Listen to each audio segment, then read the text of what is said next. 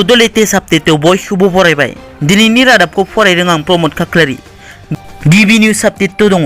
दिनैनि आसाम एसेम्बलि जथुम जिरायसालियाव एमएलए अखिल गगैनि सोंथियाव बुंथिगिरि बिस्वजित दैमारिया हरखाब रागा जोंखाङो। सदननि आयेन आब्रुथिखौ गले गले सिफायोब्ला सदननिफ्राय एरख'नायनि गोख्रों बिथांखि लानाय जागोन होननानै अखिल गगैखौ हुमखि होयो बिस्वजित दैमारिया। मैया मंगलबार खालिबो बुंथिगिरि बिथाङा रागा जोंखांनानै सदननि आयेन आब्रुथिखौ गुवारै फोरमायनाय नुनो मोन्दों। नैथियाव दङ। एनडिएफबिनि गोबां सोद्रोमाफोरा बिपिएफनि जानानै रायजो राजाफोरखौ गोनो गोथो खालामनो थाखायसो गोबां खोथाफोर बुंगासिनो दं। बे बाथ्राखौ बुंदों बिटिआरनि इएम राकेश ब्रह्म बिथाङा। लोगोसे बिथाङा बुंबावोदि 100नि गोजौ गोख्रैथिजों परिबर्तनाव सिगांबोदों। गोदान सरकारनि मुङाव फैगौ 4 बोसोरनि गेजेराव रायजो राजाफोरा जा मोनफुंनो थांगासिनो दं बेखौ जा जों बेवहाय थांनानै दं बैसोर मानसिफोरा आरो नैथि जोनोम लाब्लासो बेबायदि जौगानाय नुनो मोनगोन होनना रोखा बुंथियो। थामथियाव दङ। 9 थाखो आरो 10 थाखोनि फरायसाफोरनि थाखाय मोनसे गोजोनथाव खौरां लाबोदों आसाम सरकारा।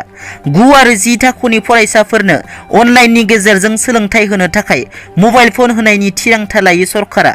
बे बाथ्राखौ फोसावदों सोलोंथाइ मन्थ्रि रानज पेगु बिथाङा। सोलिबाय थानाय आसामनि रां बावजा जथुमाव बे थिरांथाखौ लानाय जायो।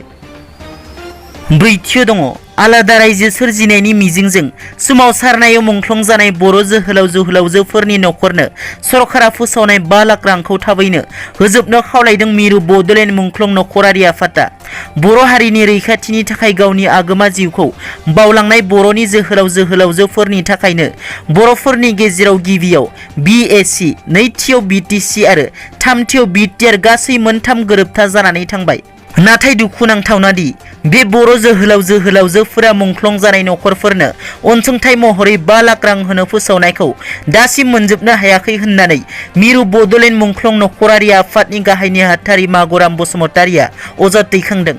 बिथाङा फोरमायनाय बादिब्ला बर' हारिनि राजखान्थि मोनथायखौ मोननो आलादा हादरसा बड'लेण्ड सोमावसारनायाव गासै सा 2622 बर' जोहोलाव जोहोलावजोफोरा जिउ खोमानो गोनां जादों। नाथाय बिनि गेजेराव दासिम सा 40 नखरफोराल' बिटिसि खुंथायनिफ्राय 5 लाख रांखौ मोननो हादों। आद्रा मुंख्लं नखरफोरा दासिमबो मोननो गोनां रांखौ मोनफुंनो हायाखै होननानै रोखा बुंथियो मागराम बसुमतारिया। जायनि थाखाय मिरु मुंख्लं बड'लेण्ड नखरारि आफादा खौरां बिजोंनि गेजेरजों सोलिबाय थानाय आसामनि रां बावजा जथुमाव सोसननानै बर' जोहोलाव जोहोलावजो मुंख्लंफोरनि नखरफोरनो मोननो गोनां रांखौ थाबैनो होजोबनो आसाम सरकार आरो बिटिसि खुंथायखौ खावलायदों। बाथियाव दङ। प्रमद बर' दैदेननाय बिटिआर सरकारनि बिथोन बादियै दिनै बिटिसिनि श्रीरामपुरनि नमिनेटेड एमसिएलए विल्सन हासदा आरो 18 नं मानास सेरफांनि एमसिएलए धनन्जय बसुमतारी मोना बिटिसिनि मावफुं सोद्रोमा महरै दिनै बिटिसि सेक्रेटारियेटआव समायखिरा लागोन। दथियाव दङ। बाक्सा जिल्लानि सिङाव थानाय मुसलपुर महकुमानि बेन्दोंनि ओनसोलफोराव दिनै बोसोरनैसोआ गोबां सुबुंफोरखौ फल' खालामनानै सुबिदा लानानै रां सिख'ग्रा दाखाथिफोरखौ बाक्सा पुलिसा गोबां अपारेशन खालामनानै 6 दाखाथिफोरखौ हमनो हानायनि उनाव सासे दाखाथि हिरक जतिया खारखोमानानै दंमोन। बे पुलिसनि अपारेशनखौ नुनानै दुथां दाखाथि हिरक जतिया गावखौ गथायबाय। दिनैनि रादाबा एसेनोसै।